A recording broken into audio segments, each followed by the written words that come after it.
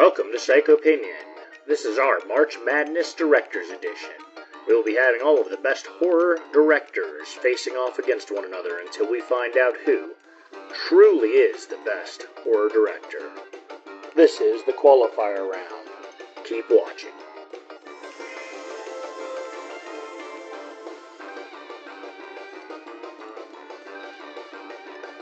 You don't have to subscribe, but you'd be a lot cooler if you did. Hello, everybody, and welcome back to Psychopinion. I've got a very special episode for you today. I say that a lot, and I say that actually every week, but this one I do feel is really special. While I was actually sitting there the other day at work, and I was listening to some of the guys talking about who they were going to pick for their fantasy sports leagues and things like that, and we are now in March Madness, and I was like, I'm not really too into that. I don't have the time or the energy, but I do have the time and energy for horror movies. So what I've decided to do this year for you during this March Madness season is that we're going to do our own March Madness, and what we're going to do is use horror directors.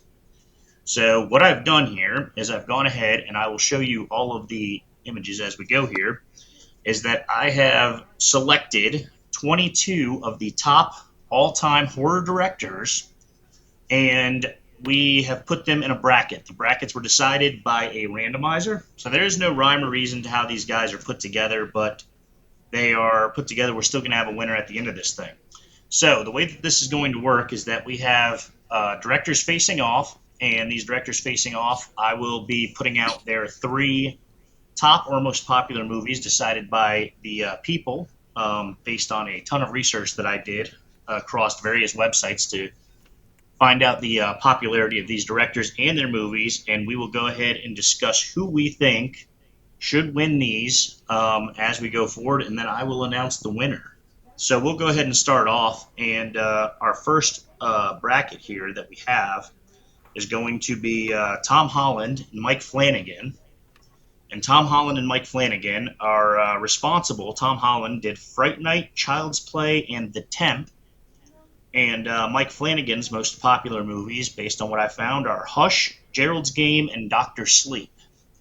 So we have Tom Holland versus Mike Flanagan to begin. I leaned, I would say, more towards Mike Flanagan's like Netflix specials. Everybody knows about Yes. The Haunting of Hill Agreed. House and Bly Manor and Midnight Mass, which I absolutely loved. Great. So That's great, yeah. I was big on him for those reasons and not so much for the movies that he's done. And to be honest with you, I actually really agreed with that, and I noticed that was probably, in my opinion, his more solid work. But, based on movies, really, and kind of the most popular movies. But yeah, I agree with you. If it was a competition of complete and utter total works, which, maybe I can build on next year, I would say that, yeah, his those movies are definitely solid, in my opinion, for sure.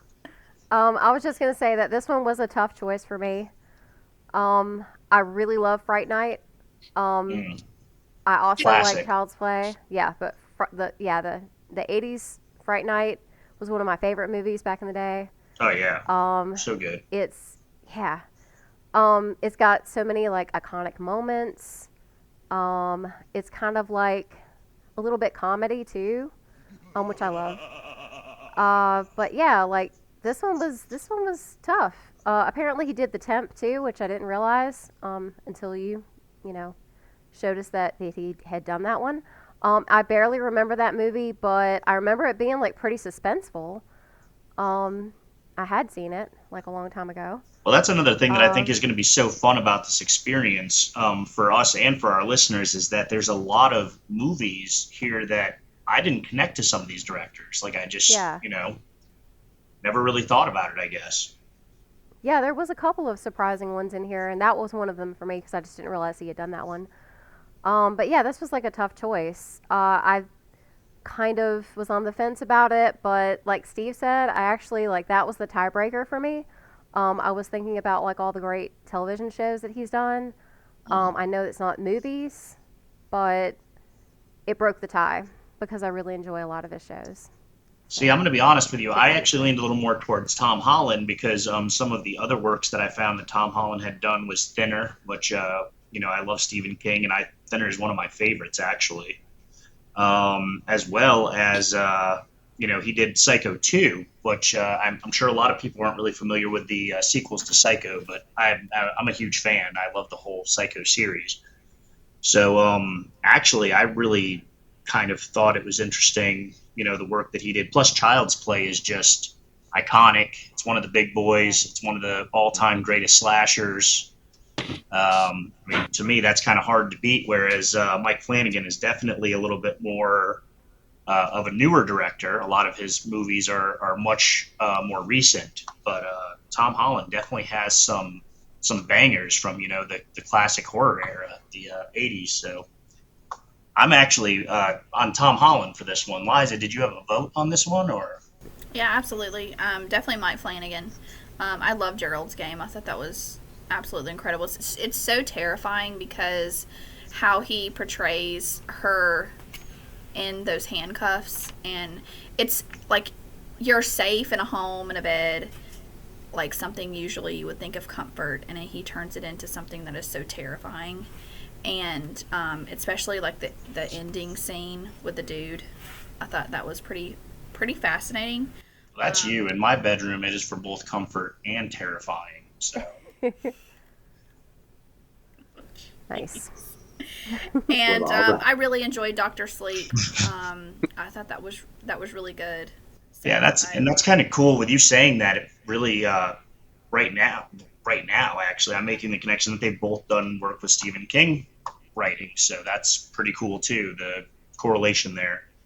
Of course, I think Thinner is more of a classic and a better one. He also did the Langoliers for TV was Tom Holland, so that was another work of Stephen King. But it looks like on this one I am outnumbered. Yeah, I've say, got to go Flanagan, but I've got a quick. feeling that Holland might have a bigger body of work. Therefore, he might have won, but we'll see. It's not about the body of work, and that is why, because people are probably like, well, why aren't you looking at the entire body of work? And I hope everybody that watches these watch this part first so I can explain that.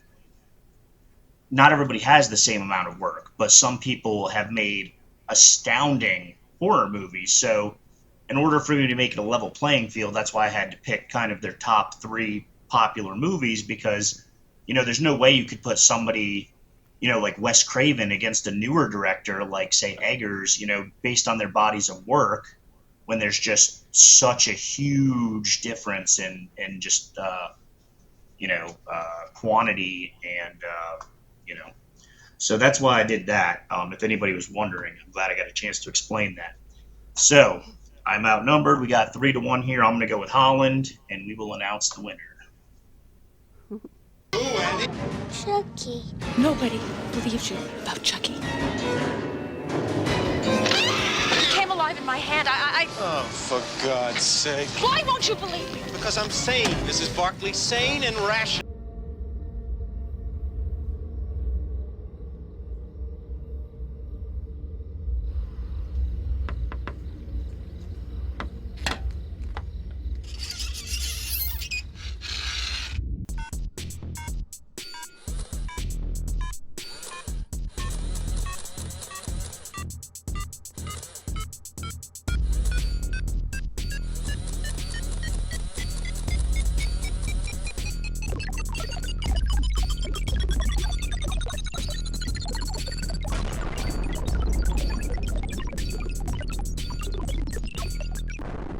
The winner of this one was Mike Flanagan.